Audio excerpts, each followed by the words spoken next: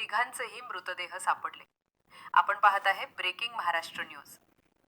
पैठणच्या चांगतपुरीजवळ कालव्यात कार कोसळून झालेली दुर्घटना. शोध मोहिमेनंतर तिन्ही बेपत्ता व्यक्तींचे मृतदेह हाती. मदतीसाठी धावलेल्या स्थानिक तरुणासह कोरडगावच्या दाम्पत्याचा बुडून मृत्यू. पैठण तालुक्यातील चांगतपुरी शिवार, उजवा कालवा. छत्रपती संभाजीनगरच्या पैठण तालुक्यातून एक अत्यंत हृदयद्रावक घटना समोर आली आहे. सोमवारी रात्री 10 वाजेच्या सुमारास चांगतपुरी गावाजवळ एका स्विफ्ट डिझायर कारचा भीषण अपघात झाला. ही कार थेट उजव्या कालव्यात कोसळली आणि या अपघाताने संपूर्ण परिसर हादरून गेला.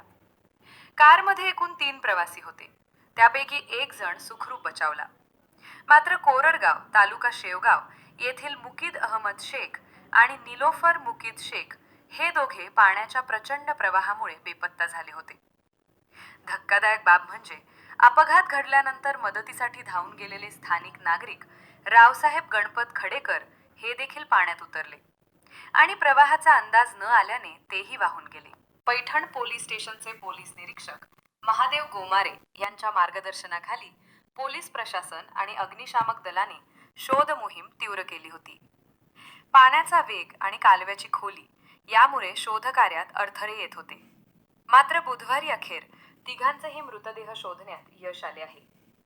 निलोफर मुकीद शेख वय 30 यांचा मृतदेह गुळज शिवारातील पाटाच्या पाण्यात मिळुमत शेख वय 35 यांचा मृतदेह बोरगाव येथील कॅनॉलमध्ये सापडला. रावसाहेब गणपत खडेकर. मदतीसाठी धावलेल्या रावसाहेबांचा मृतदेह हदगाव शिवार येथील काशी नदी कालव्यामध्ये आढळून आला.